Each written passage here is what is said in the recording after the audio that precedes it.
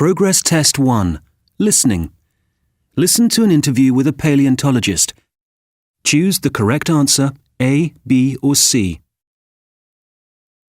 In the studio, I have Dr. Hepworth, who is a paleontologist with some interesting ideas about life on the planet.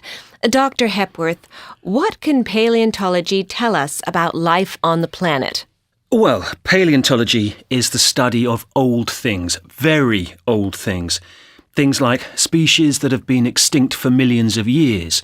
And when you study things like that, it gives you a broader view of life on the planet that I think is very useful.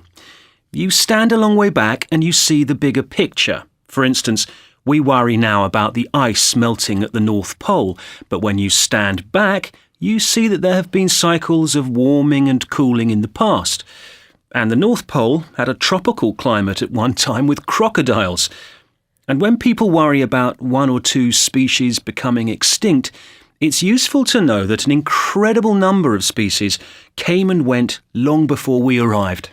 Well, shouldn't we be worried about species of animals and plants becoming extinct?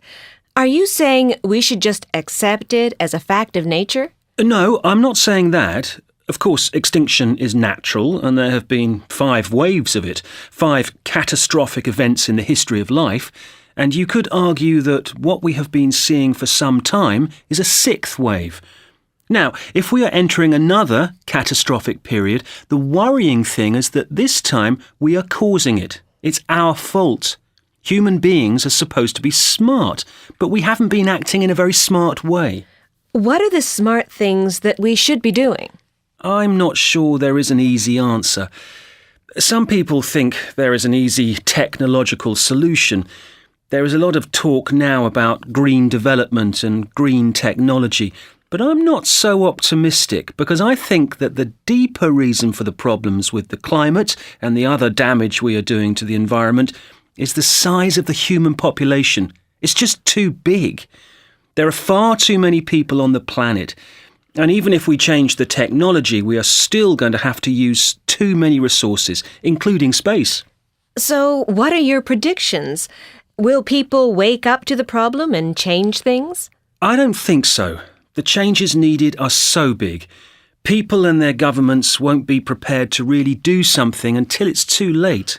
What will start happening when it is too late?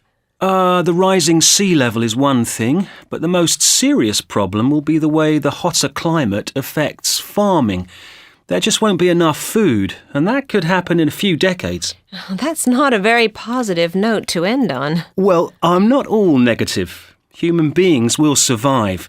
The culture and the civilization that we have at the moment will probably end, but there will be new generations of people and they will create a new culture.